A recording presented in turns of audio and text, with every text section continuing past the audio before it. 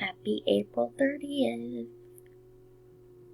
Can't believe we all got all the way through April with home learning.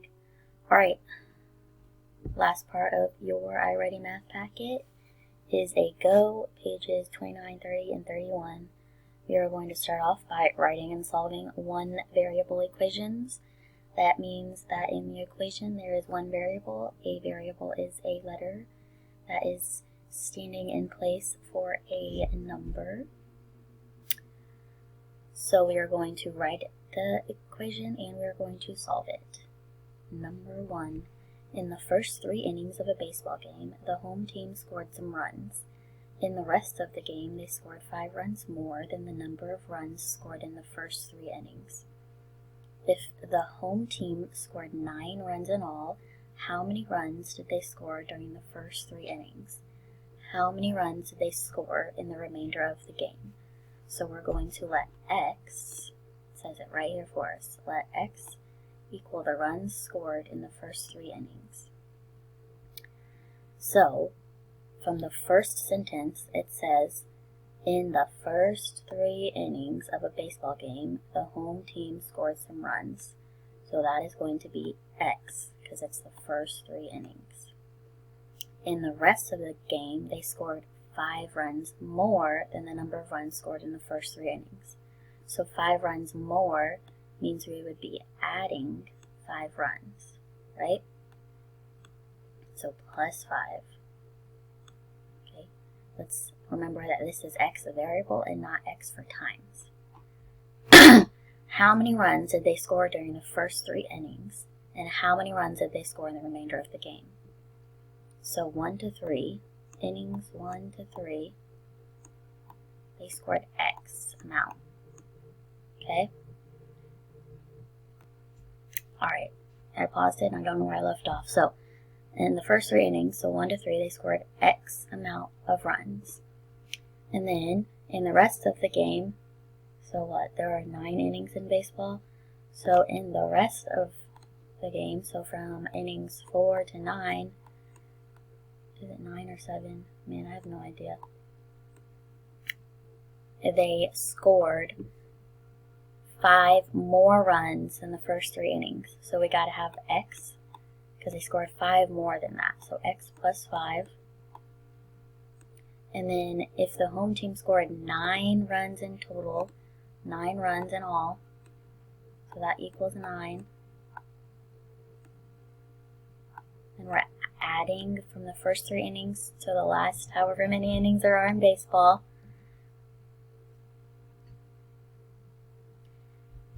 There will be, this is the one variable equation. We can see that there are 2 x's, but the variable is still x. There's not an x and a y, there's just an x. So when we solve it, we're going to do x plus x. So when you see a variable by itself, we're going to pretend like there's an invisible 1 in front of it. We have 1x plus 1x, which equals 2x. And then we have the 5, keep it the same, equals 9. And then you're going to solve this problem by taking 5 away from each side. So if we take 5 from this side, minus 5, minus 5. So 5 minus 5 is 0, so we're just going to cross that off. So we get 2x equals 9 minus 5 is 4. And then since we're left with 2x equals 4, we're going to divide by 2 to get rid of the 2 in front, and do this side as well, divide by 2. So x equals 2. So we have how many x equals, so the runs scored in the first 3 innings is x. So 1 to 3 would be what?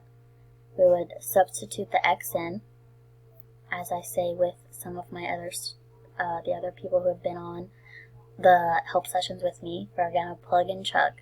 So put in 2 for x. So the 1 to 3 innings, from 1 to 3, they scored 2 runs. And from 4 to 9, or 4 to 7, for all you baseball people out there, not sure which one it is, they scored x plus 5. So we're going to plug 2 in for x. 2 plus 5 is 7. So 7 runs. And an easy way to check your work is to see that 7 plus 2 is 9. So that is how you are going to set up the next problems. I will help you set them up, but then I want you to solve them. Well, I'll help you set up number 2, and then you do number 3 by yourself. The punch bowl at Felicia's party is getting low, so she adds 12 cups of punch to the bowl. 2 guests serve themselves 1 and 2,500 cups and 2 cups of punch. The punch bowl now contains 11.5 cups of punch. How many cups were in the punch bowl before Felicia refilled it? Let n equal number of cups in the bowl before Felicia refilled it. So, before she refilled it is right here. This is n. Okay? So we have n before she refilled it is n. Then she adds 12 cups of punch. She adds 12 cups. Okay, so plus 12 to the bowl. 2 guests have served themselves 1.25 cups and 2. So we are going to take away 1.25 and take away 2, and the punch bowl now contains 11.5 cups. So now it's at 11.5. So we want to know what this number is. What is n representing in this problem? So we're going to solve it. So all the like terms, all these numbers, you're going to put these together. You're going to do 12 minus 1.25, and then take that minus 2. And then you're going to solve it just like we did on this side. You're going to take the number from both sides, and then you're going to get your answer. Okay? Do number 3. Doing the same thing on the next page, 4, 5, and 6. And then you get down to the last page, which is writing and graphing one variable inequalities. So inequalities have the more than, or the greater than or equal to, the less than, and then the less than or equal to. So I will walk you through maybe 2 of these and then 2 of the ones below. So a farmer weighs a dozen chicken eggs. The heaviest is 56 grams. So one of them is 56 grams. So one of them is equal to, so you know we're going to have the equal to sign. But none of them, the heaviest one is 56, so that means they're all less than this. So the eggs, we're going to put E, the eggs are less than or equal to 56 grams. Because the heaviest is 56, so if I say I have a heaviest egg of 56, then all the rest of the 11 underneath it are going to be all lower than 56 grams, or lighter than. Excuse me. And then, sorry. And then we will do number 4. The shortest tree, so T, the shortest tree in a park is at least 25.5 feet tall. It's at least, so the tree is at least, if you draw a picture, this tree, this is the shortest tree, at least 25.5 feet tall. So that means all the other trees are going to be at least that length. So that means it could be even a little smidget of it, or it could be exactly the same height. So the tree is greater than or equal to 25 and a half feet.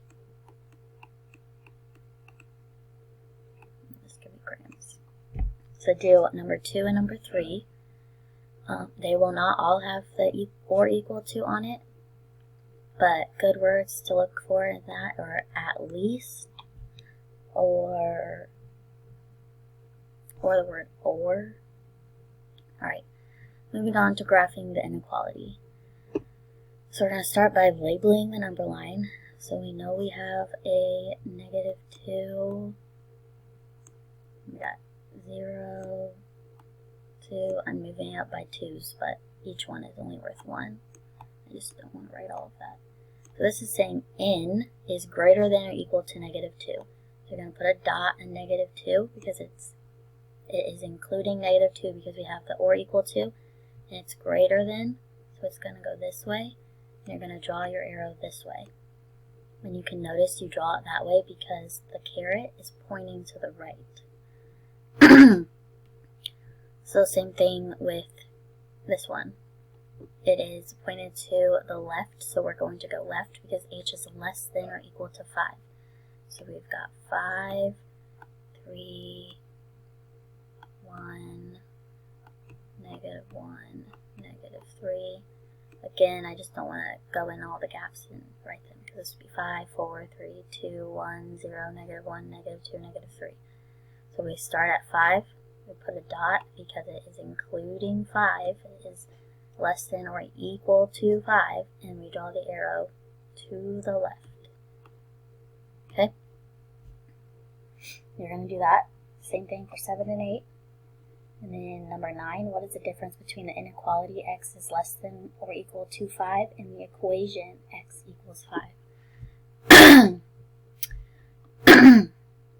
Don't think too hard about this problem. It is right there. It is telling you exactly what it means, and you can do it. That is it for this iReady math packet. I will see you next week in May for your new assignments. See you later.